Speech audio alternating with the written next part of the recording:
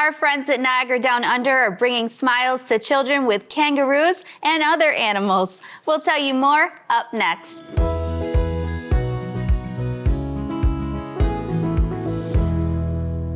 I'm here today with Laura Kegels of Niagara Downunder and Keely. Thank you both so much for joining me on the Sweet Buffalo Show today. Thanks for having us. And who do we have here today with us? Today we have Kimber. She's about a 6-month-old red kangaroo joey. And then we also have Nora, who is a mountain quadrimundi. So she's actually related to a cousin of a raccoon. Try saying that 5 times fast. I know, right? I can't. And the name that you call her is a little different too. So tell me, what got you into this Niagara Downunder, this business, and how did it start? Your love for kangaroos? Yeah, I think that's the biggest question is why kangaroos? So just a little bit of a backstory. I've always been doing like petting zoos, animal encounters for nursing homes, sick kids, disabled kids. I have an older daughter that was disabled from birth and, kind of got us in that realm. And then we've had the animals on top of that. And through the years, my goal is to use animals that enjoy this, that we're not forcing them to do things they don't want to do. They like to be snuggled. They like to be held. We can house them in captivity in a way that replicates the nature, and that. So kangaroos came along because a friend had one, and they're kind of like potato chips. So I got one, and now we have 20. And the reason being is it's very easy to house them where they're happy, where they're content. To be honest, they're not a very intelligent creature, so it's very easy to keep them happy. They're not higher thinking like a primate or something like that. And honestly, little Kimber here at this age, we can take her in this pouch and pass her around to a ton of people all day long, let kids snuggle, adults snuggle her, and it's not going to stress her out in any way. And that's just one of our biggest things, kind of the new age of thinking with animals and encounters and things like that. Well, she's so sweet. Did you name her after me? Of course. So let's talk about how we met. So I saw you guys on Facebook, and I wanted to bring a smile to actually my friend Amanda from Bruckman Media, where the Sweet Buffalo Show here is filmed.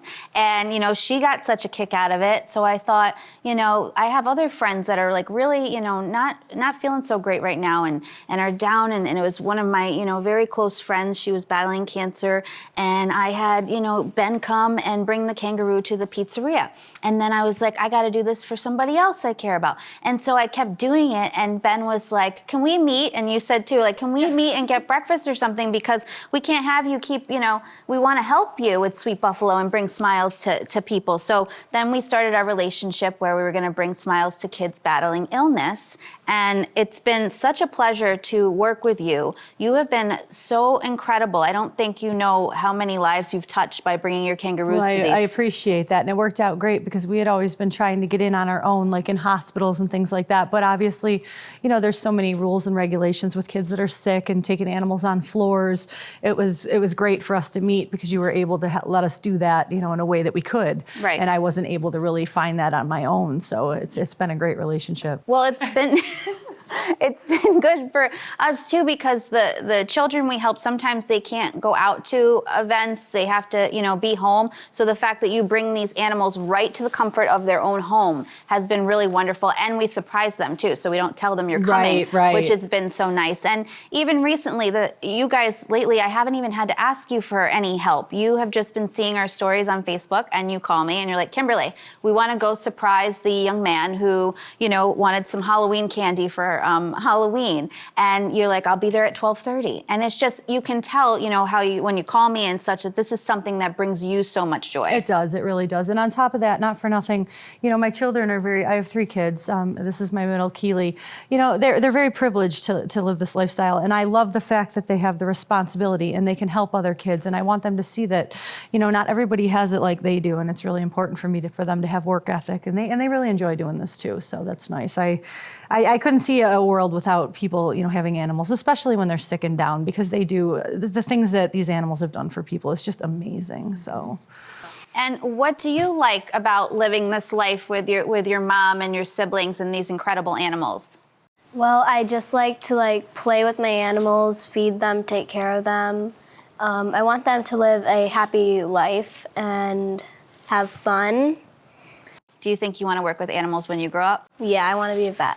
Oh, I hope you do. I bet you'd be an amazing vet. You show so much compassion to these animals. And even your siblings. So we did the event for another Keely, for Keely's Cares for Kids. And, you know, you brought the ruse, and this isn't the first time you brought the ruse, but you brought the ruse to help encourage donations for her nonprofit. And you also do that for animals, rescue animals. You'll bring the ruse because you know they bring a crowd of people, which then might bring some more adopters to adopt the animals. So that's a big thing for you guys too. Yeah, we do a small, like a lot of our animals are purchased, but a lot of them are also adoptions. And of course, I know the big secret is out that we have Jax. I would have actually loved to have bring him to spread the word that he is great and he's doing well. But unfortunately, the only thing we haven't trained him to do is really not want to eat the kangaroos and the coati. So he's a show in himself, but he's doing amazing.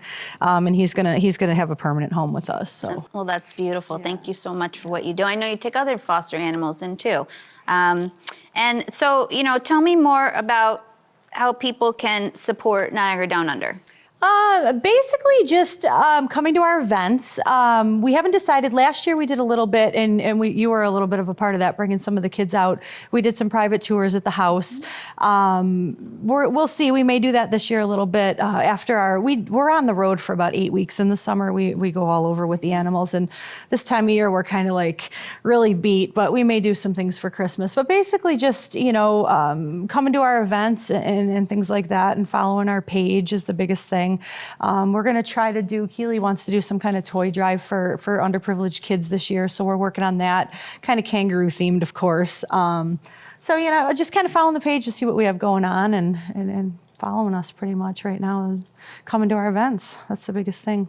And then I know our viewers want some fun facts about kangaroos, so you can give us some. Fun facts about kangaroos. Let's see. Well, this girl, actually, important fact. A lot of people ask, where's mom? So mom and dad are at home. Kimber's mom and dad, we have them. What we do is we pull them about 5 months and we bottle feed them, and we actually import their food from Australia. So it's made just for these guys. And what that does is it just gets them used to this, gets us used to people, you know, gets them out. And that way they're very tame and calm when they're older. They can actually, as soon as we take the baby, a lot of people are like, oh, is the mom sad? Does the mom cry? Is she upset?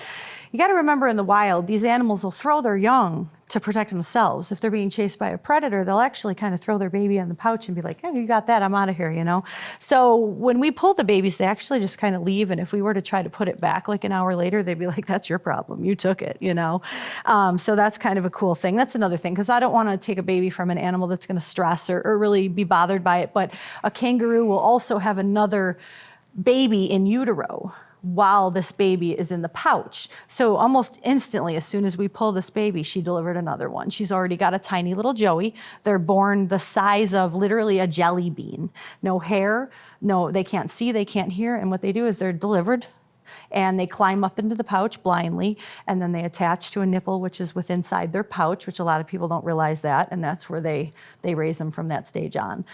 Typically in the wilds, or if we left them with the moms, they'd stay with them for 9 to 11 months in their mom's pouch. And then when we take them like this, we let them stay on a bottle until they choose not to, and we let them stay in a pouch until they choose not to. Well, that is some amazing facts. I didn't know all that. Thank you for sharing that with us. Yeah, they're pretty neat animals. Absolutely. Well, I just really thank you so much. Like I said, you don't know how much it means to not only me, but of course the children and the families, what you've done by bringing these animals to them at a time that they need a smile the most. I mean, nobody expects somebody to show up with a kangaroo or any of the other animals you bring. So it's a very special encounter, and it means so much to families. So thank you for what you do. Oh, you're welcome. We appreciate you bringing us on board. Of course. For more episodes of The Sweet Buffalo Show, visit Sweet Buffalo on all our social platforms for sweet stories worth sharing.